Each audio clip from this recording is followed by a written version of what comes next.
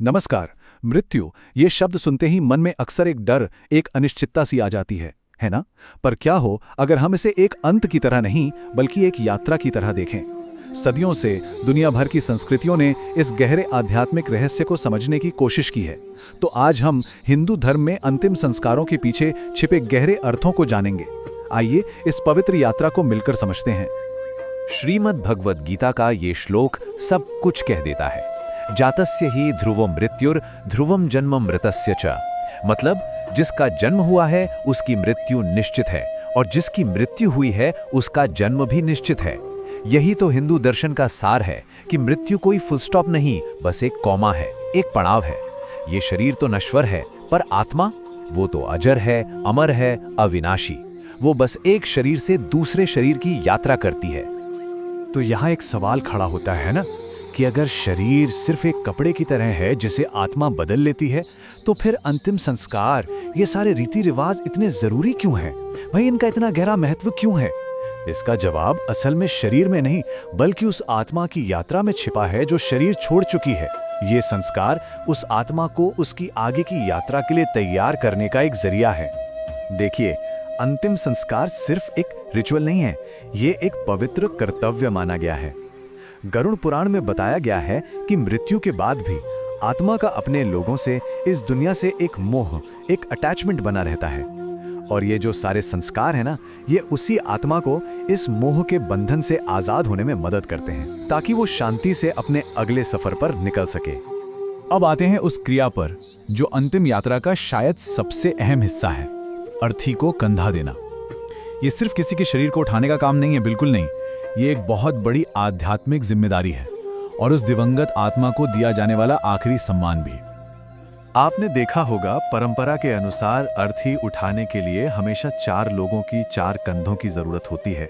पर सवाल यह है कि 4 ही क्यों? ये नंबर सिर्फ एक जरूरत नहीं है, इसके पीछे एक बहुत गहरा प्रतीकवाद छिपा है, एक पूरे जीवन के 4 स्तंभों का प्रतीक। हिंदू दर्शन में इन 4 स्तंभों को पुरुषार्थ कहा गया है। धर्म, अर्थ, काम और मोक्ष ये जीवन के 4 मुख्य लक्ष्य हैं। तो जब 4 लोग अर्थी को कंधा देते हैं, तो ये इस बात का प्रतीक है कि जाने वाले ने जीवन के इन 4 पुरुषार्थों को पूरा कर लिया है, और अब ये 4 कंधे उसकी आखिरी मंजिल यानी मोक्ष की तरफ उसकी यात्रा में मदद कर रहे हैं। और ये सिर्फ सिंबलिज्म नहीं है, इसे एक तरह का एनर्जी ट्रांसफर भी माना जाता है। जो लोग कंधा दे रहे होते हैं वो अपनी करुणा, अपनी पॉजिटिव एनर्जी से उस आत्मा को सहारा देते हैं, उसे बल देते हैं। और जानते हैं इस पुण्य का फल कितना बड़ा है? माना जाता है कि एक बार कंधा देने का पुण्य 100 यज्ञ करने के बराबर होता है।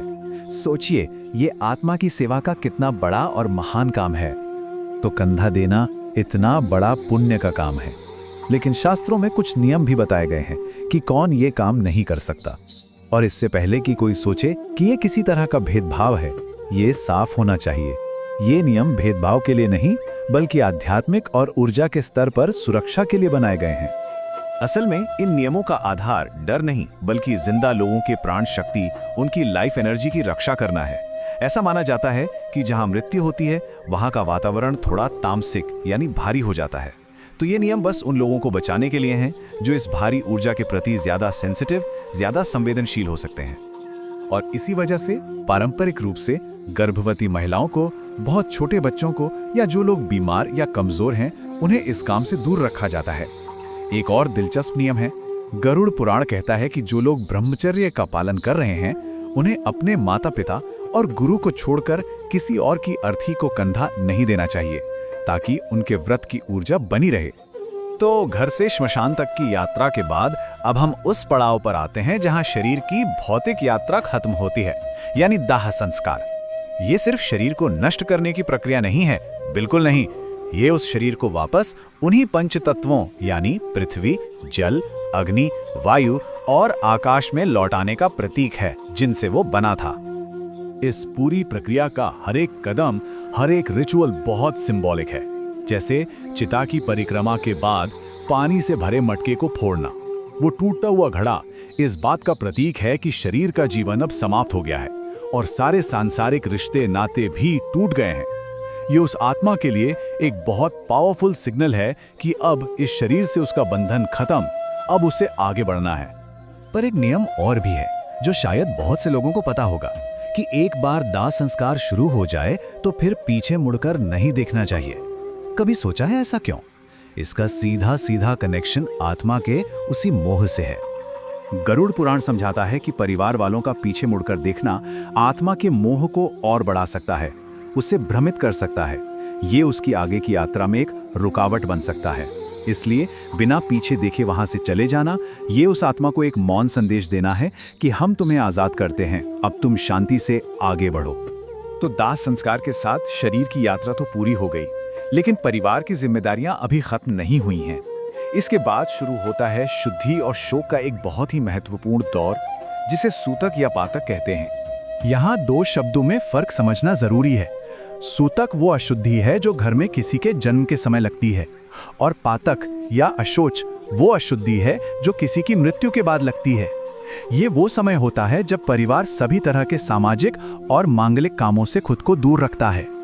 ये पातक कितने दिन का होगा, ये इस बात पर निर्भर करता है कि जाने वाले से रिश्ता कितना करीबी था। जो सबसे करीबी परिवार वाले होते हैं उनके लिए यह अवधि 13 दिनों तक की हो सकती है।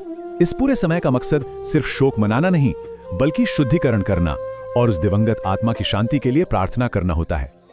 जैसे ही लोग शमशान से घर लौटते हैं, शुद्धि की प्रक्रिया तुरंत शुरू हो जाती है। घर के बाहर स्नान करना, कपड़े बदलना, नीम की कड़वी पत्तियां चबाना या फिर लोहा, अग्नि या पत्थर जैसी किसी चीज को छूना, ये सारी क्रियाएं उस शमशान घाट की भारी यानी तामसिक ऊर्जा से खुद को साफ करने के लिए की जाती हैं।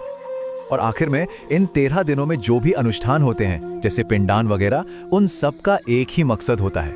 वो मकसद है उस आत्मा को ताकत देना, उसे पोषित करना, ताकि वो अपने मोह के बंधनों से पूरी तरह मुक्त हो सके और प्रेत योनि से निकलकर पितृलोक की अपनी यात्रा पूरी कर सके, जहां वो एक सम्मानित पूर्वज, एक पितृ बन जाती है। तो आखिर में सवाल यही बचता है कि क्या ये सदियों पुराने इतने जटिल नियम और परंपराएं सिर्फ एक बंधन है, या फिर ये असल में एक सोचा समझा व्यवस्थित रास्ता है, एक ऐसा रास्ता जो न सिर्फ जाने वाली आत्मा को शांति और मुक्ति देता है, बल्कि पीछे रह गए लोगों को भी अपने दुख से उभरने और जीवन के इस अटल सत्य को स्वीकार करने की शक्ति देता है। ये एक गहरा सवाल है जिस पर हम सबको सोचना चाहिए। हिंदू अंतिम यात्रा सिर्फ एक रस्म नहीं, बल्कि एक पवित्र सेवा है। चलिए इसके गहरे अर्थ और नियमों को समझते हैं। भगवद गीता भी यही कहती है कि जिसने जन्म लिया है उसकी मृत्यु निश्चित है। ये एक अटल सत्य है। तो ये जो अंतिम संस्कार हैं, ये एक पवित्र कर्तव्य है आत्मा को सांसारिक मोह से आजाद करने के लिए। इसी पवित्र दायित्व का मकसद है आत्मा की आगे की यात्रा को आसान बनाना, बिना किसी रुकावट के। पर सवाल ये है कि अर्थी को कंधा कौन दे सकता है? इसके कुछ खास नियम हैं। चलिए जानते हैं क्यों। परंपरा के अनुसार कुछ लोगों को अर्थी उठाने की सलाह नहीं दी जाती, ताकि वे किसी भी तरह के तनाव से बच सकें। इसकी वजहें आध्यात्मिक भी हैं और मनोवैज्ञानिक भी, मतलब ऊर्जा की शुद्धि और गहरे सदमे से बचाव। तो जो लोग शामिल होते हैं उनके लिए अर्थी उठाना एक बहुत बड़ा पुण्य का काम माना जाता है। अब बात करते हैं उन रस्मों की जो आत्मा को उसके सांसारिक बंधनों से आजाद करने के लिए की जाती हैं। इनमें से एक मुख्य रस्म है पानी से भरे घड़े के साथ चिता की परिक्रमा करना, जो जीवन के खत्म होने का प्रतीक है। और फिर उस घड़े को फोड़ दिया जाता है। ये दिखाता है कि आत्मा का शरीर से मोह अब टूट गया है। एक और जरूरी नियम, दाह संस्कार शुरू होने के बाद पीछे मुड़कर चिता को देखना मना होता है। ये नियम आत्मा और परिवार दोनों को आगे बढ़ने में मदद करता है। ये मोह छोड़कर आगे बढ़ने का संकेत है। अब दाह संस्कार के बाद क्या होता है? परिवार के लिए एक शुद्धिकरण का दौर शुरू होता है, जिसे सूतक कहते हैं। तो सूतक क्या है? ये एक शोक की अवधि है। इस दौरान परिवार किसी भी उत्सव या शुभ काम से दूर रहता है। परंपरागत रूप से शास्त्रों में सूतक की अवधि वर्ण के हिसाब से भी तय की गई है।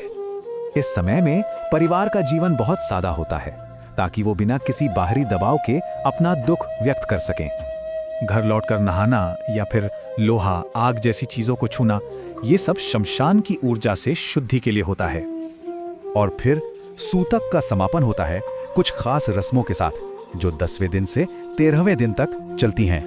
13वें दिन की रस्म, जिसे त्रयोदशी कहते हैं, आत्मा को पितृलोक की ओर बढ़ने में मदद करती है। जैसा यहाँ दिख रहा है, इन सभी रस्मों का एक ही मकसद होता है, दिवंगत आत्मा को शांति देना। तो कुल मिलाकर ये प्राचीन रस्में शोक से निपटने के लिए एक पूरा आध्यात्मिक और मनोवैज्ञानिक रास्ता दिखाती हैं। और आखिर में ये रस्में एक बड़ा सवाल छोड़ जाती हैं कि मृतकों के लिए हम जीवित लोगों की क्या जिम्मेदारी है।